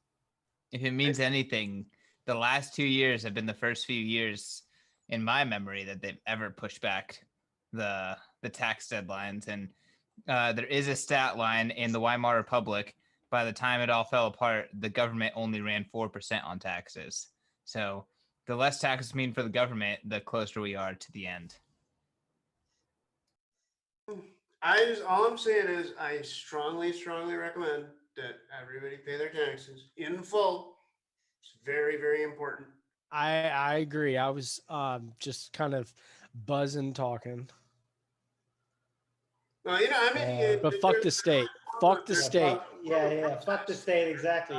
Fuck all Fuck that. central bankers. Let it be known on this chat that I said fuck central bankers and fuck the IRS, but pay your taxes. Because they'll kill you if you don't. They will kill They you. have guns. But so, yeah, anyways. comply with all So- the rules. Very important to comply. A story that I find very, very interesting is the story of BitMEX. Oh, BitMEX.com is still in operation. The CFTC launched an attack on them last fall, and the way that they reacted was unlike how any other, let's call it, financial institution under attack from the U.S. has acted. They never stopped withdrawals, and that's because all of their money on the system, all their value, was BTC, and it was controlled by Bitcoin multisig. So there was initially when the when the legal actions began. I think Sam Reed is the CTO living in Boston. He was taken into custody. The rest of the executives at BitMEX were out of custody and out of the US, but of course the exchange continued operating, which is the key here, is that unlike every other kind of exchange that's used USD Rails, they couldn't just like, bam, your account is frozen, right? So now we are seeing the BitMEX co-founders kind of now going into custody, now, flying to the US and, allowing themselves to kind of enter into agreements with the US. But what I find is really interesting about this story is that because of Bitcoin, their business was never interrupted. Because of Bitcoin, they were able to kind of surrender on their own terms, versus without Bitcoin, like Arthur Hayes, all of these people would be on their knees, right? They'd be on the run, and it'd be a completely different situation where BitMEX is right now.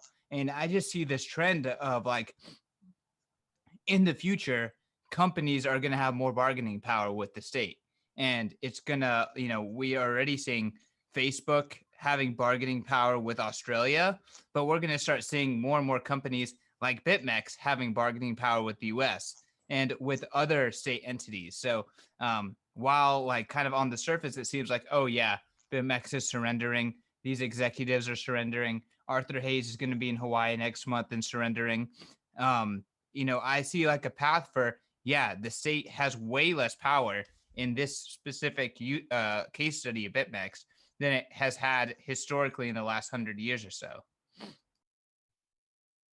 Sorry, that was long-winded, but curious what you guys think. Shout out Arthur Hayes and BitMEX. What up, Justin? Just said shout out Arthur Hayes and BitMEX. I think they've handled the situation so well. And, I think using Bitcoin as their money, their bank accounts couldn't get shut down. Their customers were protected and they didn't cave. They stuck by their guns. They allowed everybody to withdraw. Moving forward, it may be a different story for a little while, but I think they've done a tremendous job. Well, it was a tremendous invention. Dude, that perpetual swap is freaking brilliant. And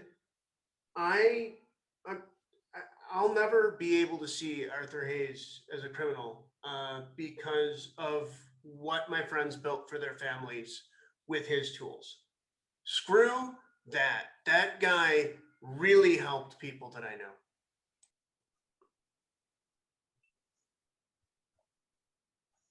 But Yeah, CK, well, I mean, to I'm your gonna point, hop like, in there and say the same thing about Russ Ulbricht, but that dude, it's fucked.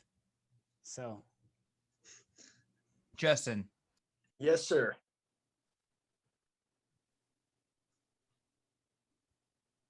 What were you gonna say?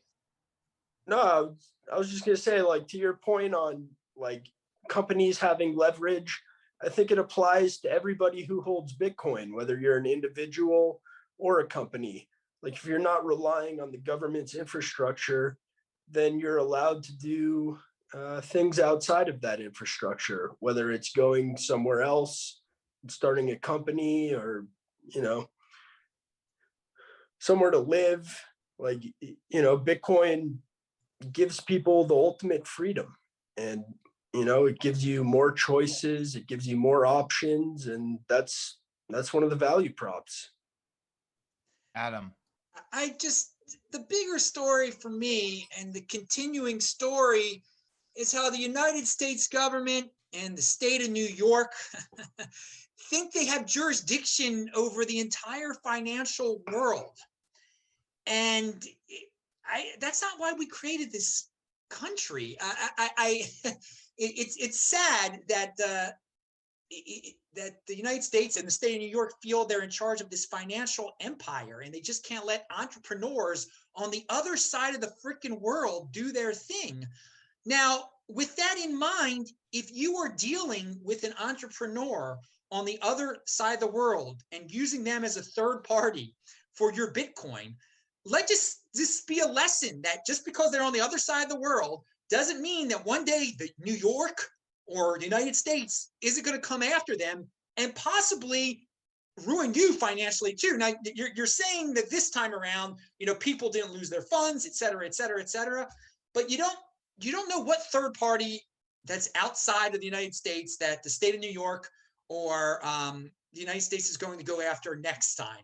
So it's another reason to, not invest in projects per se, but invest in yourself and control your own private key. But still, I just find it, why is the United States doing this still? Why is the state? Well, I know why the state of New York is doing it, because the attorney general wants to run for governor and wants to become popular and wants to make a name for herself. That's understandable. Okay.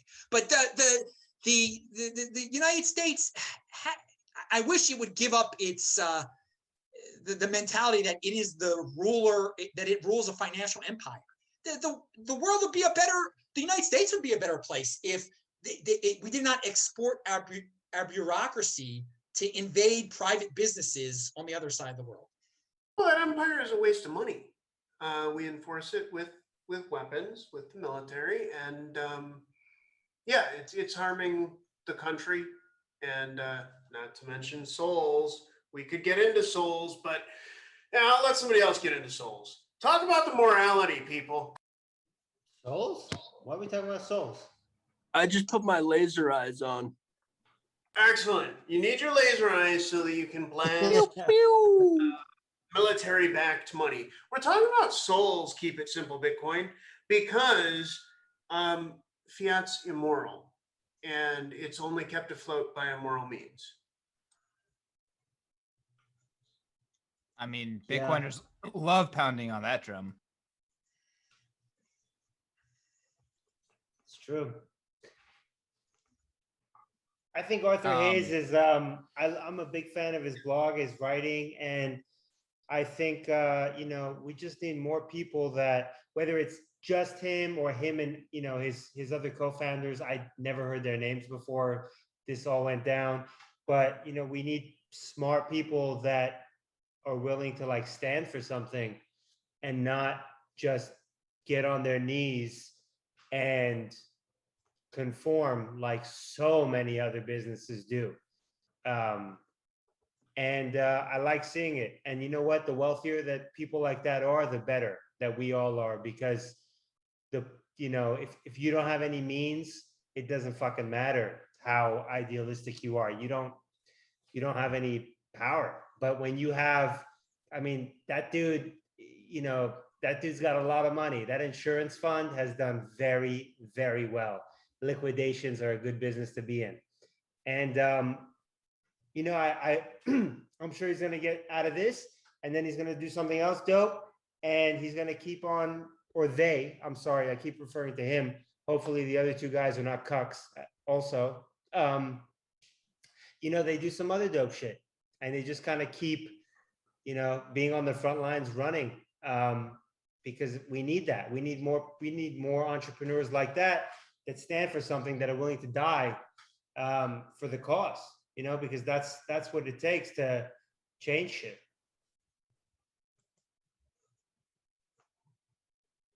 I feel like Bitcoin is grooming that en masse. Am I wrong? Like like all these young people that are interacting with.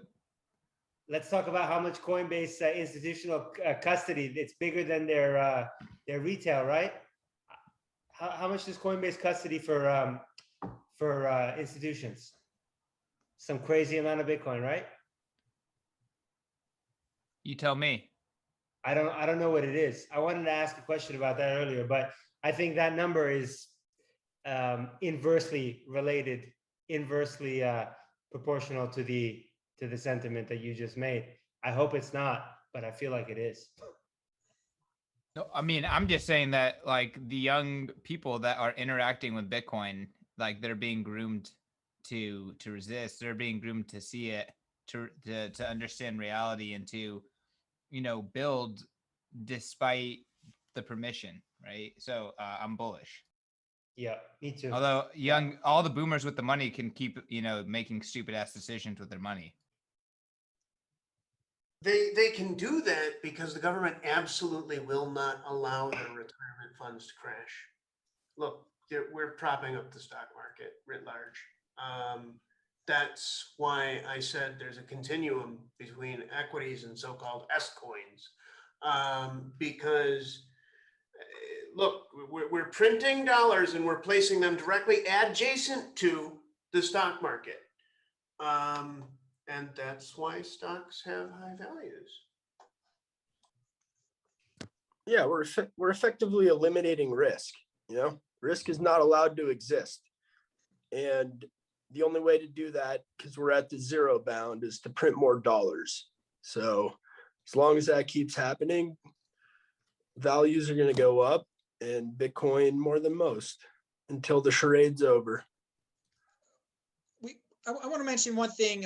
You guys, a few of you were talking about, you know, taking a stand, you know, risking it all, you know, sacrificing everything for the Bitcoin cause. And, you know, people could do what they want to do. one of the things that's easy to do, I think, is a little thing that you could do if you're truly in the Bitcoin overlay. If you truly, control your financial fate, control your Bitcoin, your private key and everything, you can't be canceled any longer. So the simple thing is just keep speaking your mind out there on social media. Fitting in is overrated. Keep on being a unique beast.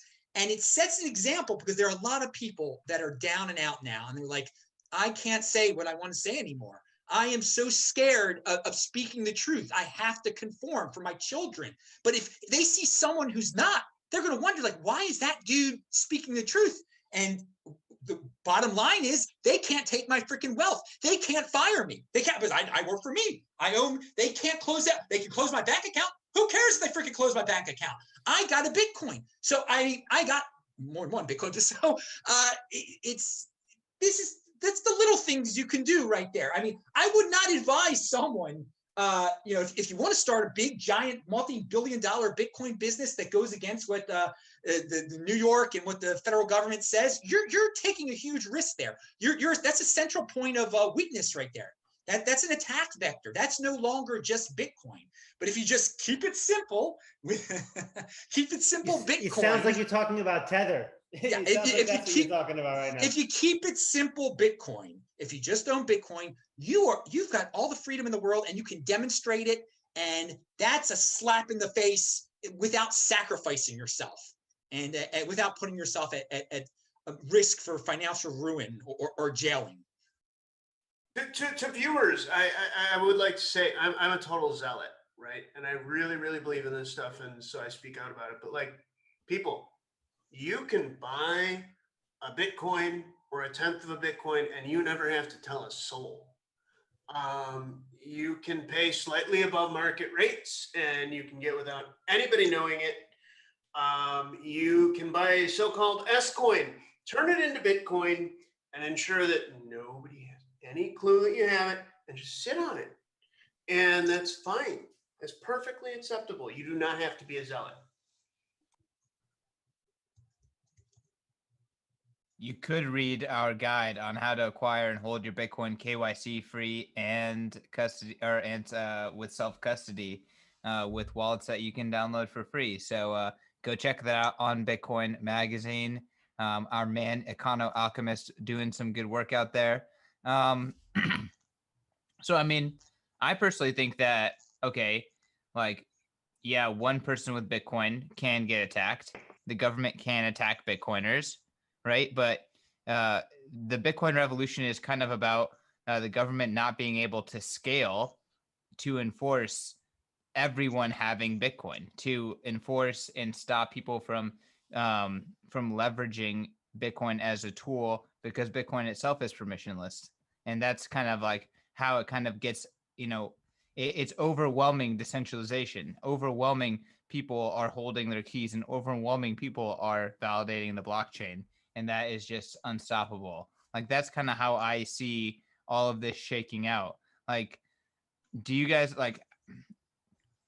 is that decentralization, people holding their keys, people validating the chain, even if it is a small percentage, even if there's a lot of coins inside a Coinbase, is that going to happen no matter what? Is that need continued education? Like, what does it take for that kind of Bitcoin unstoppable dream to actually play out? Kaz. I knew you were gonna go to me first. You can go. We can go to Jacob. He wants to talk. Yeah, go to Jacob. I have a question. It's not a comment, it's a question. People, how many Bitcoin do you think exist? 21 million. 21 million. Oh, I don't think so. I think it's a hell of a lot less. I have personal evidence to back I mean, if we're gonna get really cosmic here, no Bitcoin exists. So No, they exist. But how many are left? Guys, the attrition rate is how many ever existed? Do they ever exist at all? I think definitely. I mean, I'm one of the nerds who builds this crap. So I mean, they do exist. It can be found, and they definitely exist. But the thing is that I think that a lot of those parked coins, they have been lost. They're easy to lose, easy as hell. I figure there's 13 million Bitcoin in the wild, and the rest have been lost. So, if you're watching this, you may want to factor that into your calculations.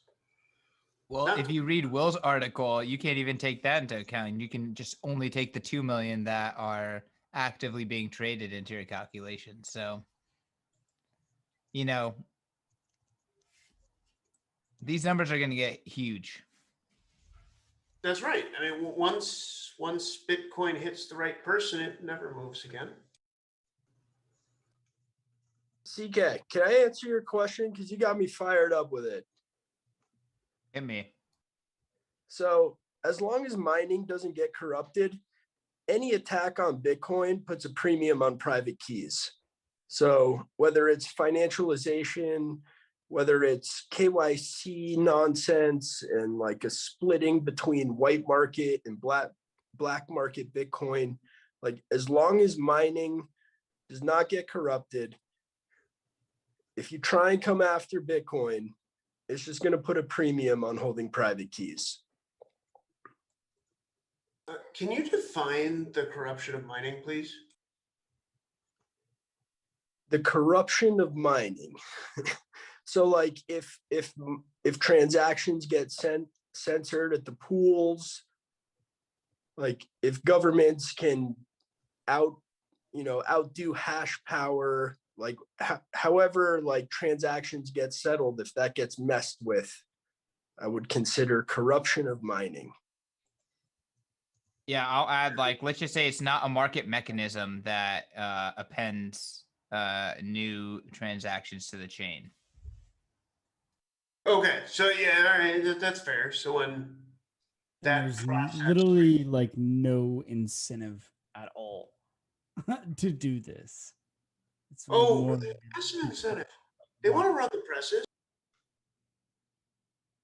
The printing presses. That's the incentive. Yeah, so people, the incumbents have a huge incentive, but let's just say independent market actors wouldn't have an incentive to do that. So yeah, hence why mining being corrupted is when mining no longer is a market activity. I mean, what's the chance of that actually happening? I don't know. I think Bitcoin deniers think it's pretty high, and Bitcoiners don't think it's high at all, right? So I don't think it's very high. I think there's very few ways that it plays out where it actually works out for governments and they can out coordinate Bitcoin. But no, I'm not saying it's going to happen. I'm just saying, like, as long as mining is not corrupted, any attack on Bitcoin just puts a premium on private keys. Yeah, no, I hear what you're saying. And when you say premium on private keys, like it puts a premium on people are already holding, who are holding those UTXOs and the keys to them. Exactly. Will Bitcoin be fungible in the future? I mean, I think we've seen that it's pretty clear that every place in the world, whether it's South Africa, whether it's different parts of the world, like every place that puts India that puts a ban, the seventh time on Bitcoin, whatever it may be, like all it does is drive the price up in that area. So it's just like they're literally just paying a premium on whatever it is. So I do think the question of fungibility is interesting that you bring that up right at the end, CK, because we have the question about privacy, we have the question about coin joins, we have the question about anonymity in the Bitcoin blockchain, which is the time chain that is redefined time, that is our whatever it is. And so it's really interesting to think about, like, what is that, it's a big question. It's a big question of spending your money in something like this. How do you go about this? Yeah, like well, every And the decision you question of make is kind of privacy. permanent. It's this. We're talking about a technology that is going to outlive every single person that's on this Zoom chat. Like we're talking about something that's going to outlive all of us. So it's like, how are we going to go about like, you know, this could be a huge thing. Obviously, I mean, it could be. It is a huge thing. Obviously, Yeah. it's a huge That's thing. why we're all mean, here, like, man. I just mean like like the record of how we spend money and, you know, what is tied to us as individuals is going to be a big thing. You know, I think we need to take steps to, you know, as we grow as Bitcoiners to, you know, to learn about things and to do things that change that. So, Adam. You know, we keep on going back to government attacks and worries about the government interference and what's the government's next step against Bitcoin. And the United States government still hasn't created a central bank digital currency yet. We still haven't got to that point. So I think that's a point we are going to get to. So I think let's get there before we worry about certain aspects, because I think when the United States government and some of these other big governments out there come out with their central bank digital currencies, they're going to be doing pretty well for a while. They're going to be able to monitor all of these normies so much financially that, again, it will be a shield for Bitcoin. And they're going to be able to, you know, we worry about hyperinflation, everything like that. With a central bank digital currency, they're going to be able to play all sorts of negative interest rate games to further push along into the future all of the financial shenanigans they want to get away with. So I do want to bring up that, you know, people can worry as much as they want about the government, but they still haven't used that card yet, the central bank digital currency, and no major country has done it yet. So I think, you know, people worried about hyperinflation, end of the. I don't think the dollar's going anywhere. There are a lot of tricks up the sleeve of the United States government and other governments, and I really expect a major one to be the central bank digital currencies. And they are going to be able to monitor. Everyone's going to opt into it, but you're going to be able to get your monthly check that way. What's it called? Your Andrew Yang check. Your stimmy. Your freedom you check. can get your stimulus check and your vaccine, everything. Yeah, everything. You'll know if you've been vaccinated through there, and if you haven't been vaccinated, then no, you won't get your Fed coin. But we don't care about it. We've got Bitcoin still, and there'll be all sorts of trolls out there saying that clearly Fed coin is better than Bitcoin, and they can scream it to the rooftop. Bitcoin will still increase faster, go away from Fed coin, but all the normies will be very happy because they're going to get their monthly check in it. But, yeah. I'm sending it to Joe. Joe. I think that the first thing, I think that you're right, Adam. It's definitely terrifying to think about that reality.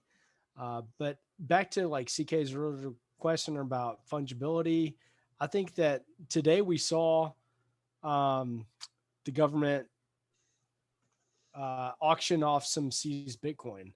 So it goes back to show me that when you think about fungibility and the government is actually auctioning off Bitcoin, I think it makes us Bitcoin more legitimate and out of their control than ever. And my theory is that we're going to see the U.S. government, as more Bitcoiners infiltrate the ranks of federal government, we're going to see more sympathetic positions by the state. And it will probably be worse before it gets better.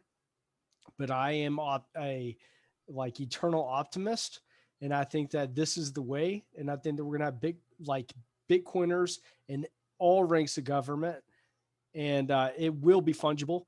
And I am betting on Bitcoiners, if it's not fungible, to fix this fucking problem.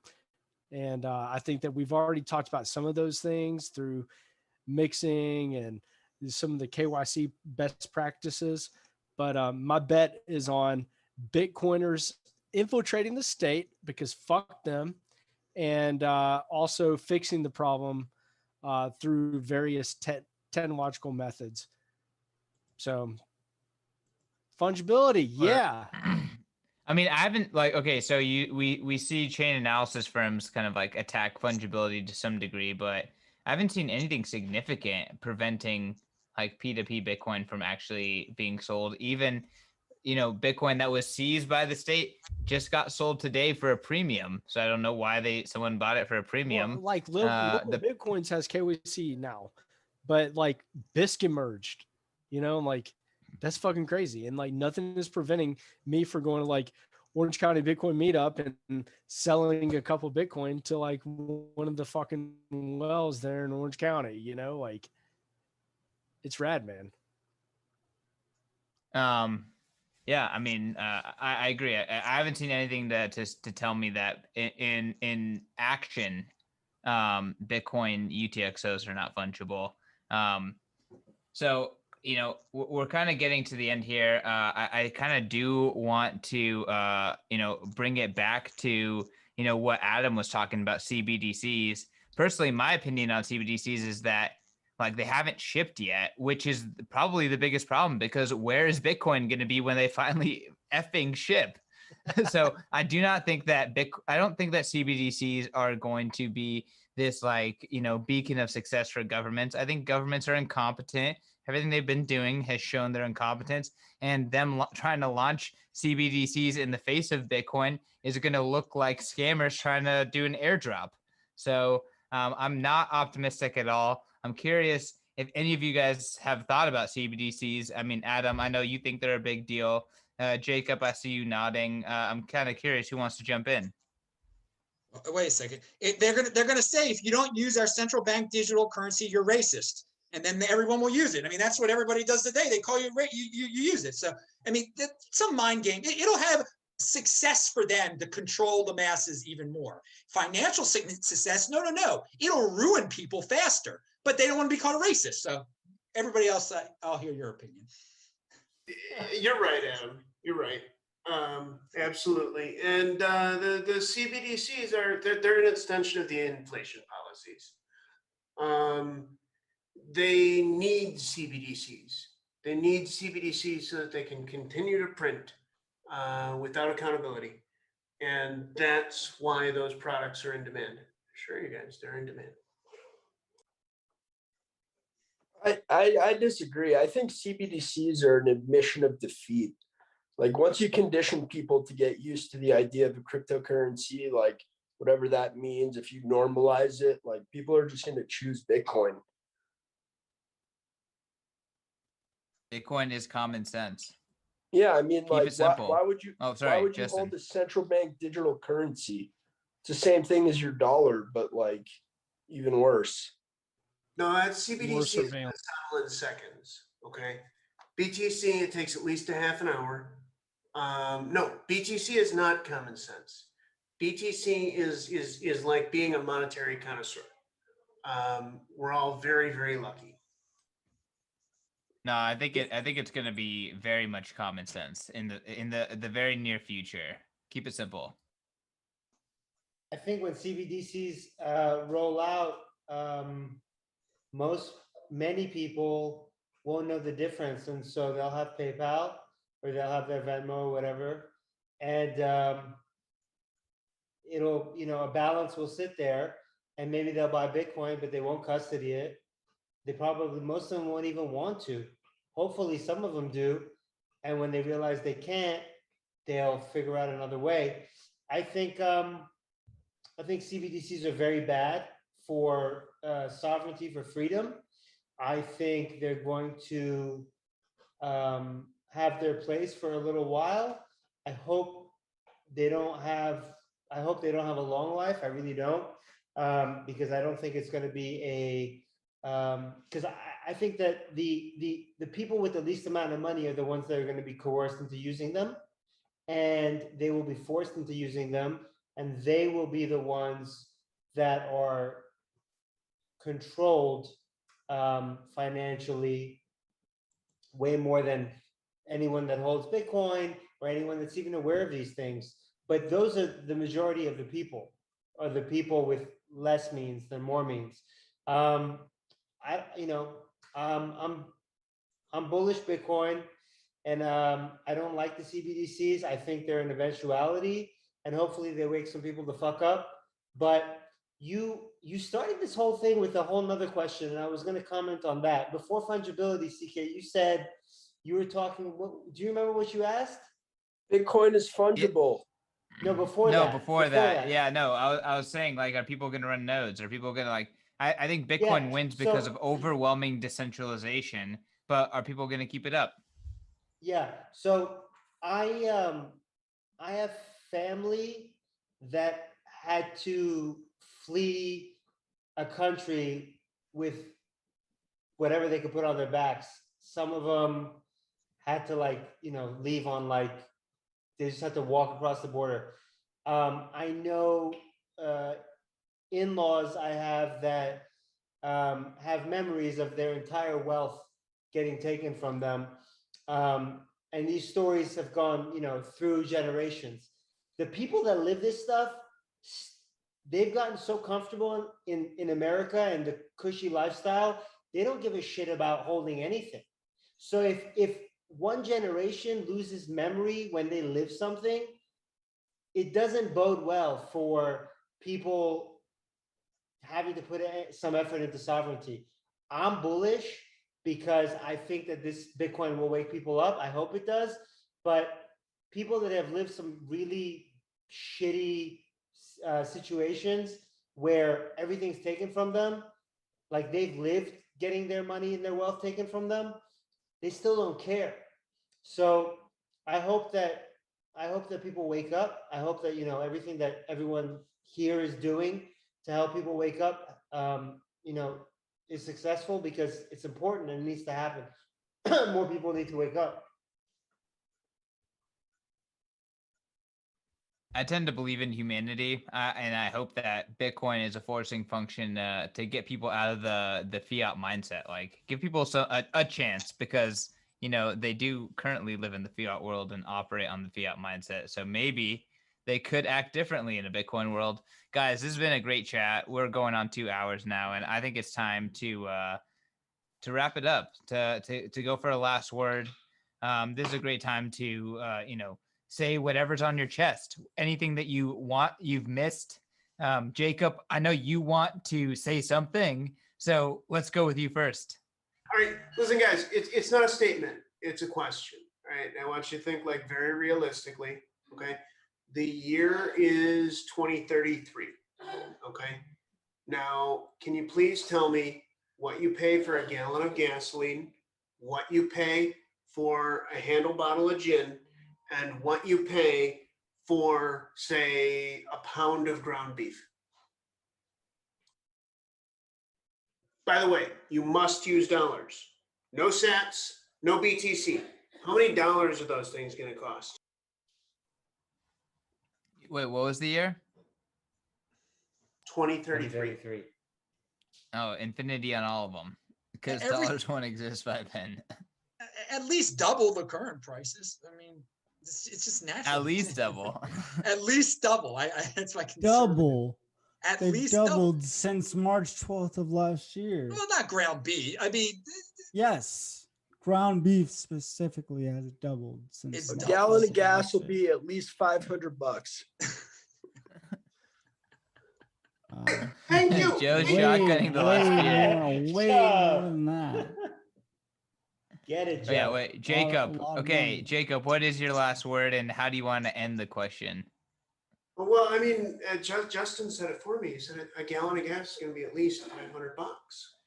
Guys, we're trying to be bullish. We're talking about Bitcoin, and maybe my support of the so-called poo-poo coins as the new equities is controversial in this crowd. But guys, you're forgetting, Bitcoin is the money. Okay. Bitcoin is the money, and there's really probably only like 13 and at most 15 million Bitcoins remaining, or like actively out there in the world. And Justin is completely right. 2033, a gallon of gas is going to cost at least $500 and probably more. Look at the money supplies. Look at the fact that the government has stopped publishing the money supplies. your dollar investments, unless you are a retiring boomer or a retired boomer, are completely screwed. Buy BTC as your money. That you need to be durable. Okay, stocks are relatively safe. Poo-poo coins are safe compared to the dollar. Controversial All right. statement. All right. I mean, hey, anything that can't be printed at will by bureaucrats is probably better than something that can be printed by will by bureaucrats. But I mean, if you can get into Bitcoin, why wouldn't you just do that, right? So the time for poo-poo coins might be in a future where Bitcoin's already dominated. But from a investment perspective, like, why would you buy anything else right now? Jacob, appreciate you on the show. Appreciate you, bringing a counter perspective to the show. So, the most important thing and what makes everyone a Bitcoiner is knowing that Bitcoin is money, and its meteoric rise is probably inevitable. Let's roll over to Adam. Adam, like I said, you're the man. I appreciate every time coming on your show. Thank you so much for coming on this show and bringing that just filter-free energy, just pure Adam.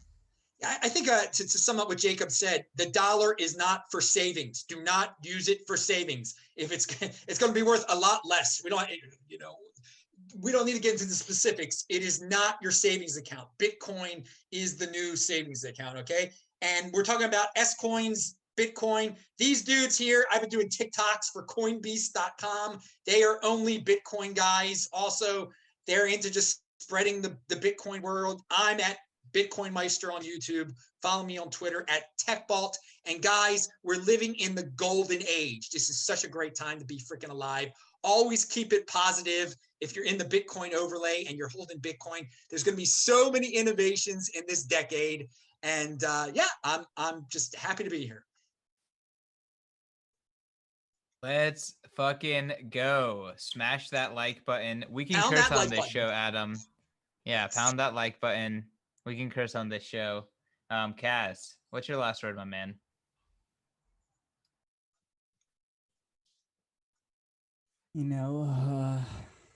Buy Bitcoin. That's about it. Just get off zero. Where can people find you? Go to Twitter. I'm BTC Bycko. Find me or not, doesn't really matter. I don't care. I more importantly care that you buy Bitcoin. So go to Swan Bitcoin or go anywhere and please fucking buy Bitcoin. That's more importantly. Anywhere that lets you get the Bitcoin. Literally, if you can just buy Bitcoin, it's more important than anything. That's literally the reason I do anything. So it's the reason I'm here talking to you guys right now. The reason I have a podcast. The reason I work and do what I do, just so normal people can just get off zero and go buy Bitcoin. So just do it, right?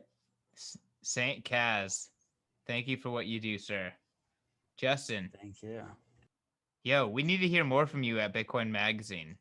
I think we need to get some Justin knowledge on the .com. So hit us up after. But what is your last word, sir? Happy to do it, man. First of all, I never got to answer your fungibility question. Bitcoin's already fungible. It's just not fungible when you're coming back into the fiat system. So stay away from the fiat system. Buy yourself some Bitcoin. Learn about Bitcoin. Slow and steady wins the race. We're all trying to get to the finish line with as much Bitcoin as we can possibly have. However you can do that, make it happen. CK, I'm going to buy my ticket to Bitcoin 2021 right now. And we'll see you on the other side. On the code Satoshi, my man. Save that 10%. Keep it simple. If anyone wants some free Bitcoin, the open dime I put in San Antonio, Texas has still not been sweeped. So go watch my video. Go get some free Bitcoin. It's gone up, 40x since I did that. So I don't know how much is on there, but a decent amount. Keep it simple, Bitcoin.com. I make tutorials to help you interact with Bitcoin. hit me up if you have a request. I just want to help people, interact with Bitcoin, sovereign, private, safely, and hold your own keys. That's, just respect Bitcoin, respect yourself. That's it. Thanks for having me. Let's fucking go. Keep it simple. Please come anytime. Big fan of your work. And if you want to learn anything about Bitcoin, odds are Keep It Simple has made a guide already. And that's probably the best place to go. So check it out. Joe, close this out, my man. Okay, everyone, thank you for joining. It's been a hell of a night. I didn't agree with everybody, and that's okay. But I think that we agreed on a lot of things too, which is also awesome. I think the message here is, take your sovereignty seriously. Buy Bitcoin, hodl your own Bitcoin, and it's a journey. So anyway, with that being said, guys, enjoy yourself. Gals, enjoy yourself. And hodl on, and let's go to 200K by Bitcoin 2021. 200K by conference day. Let's stay hovering. Let's do it. Peace.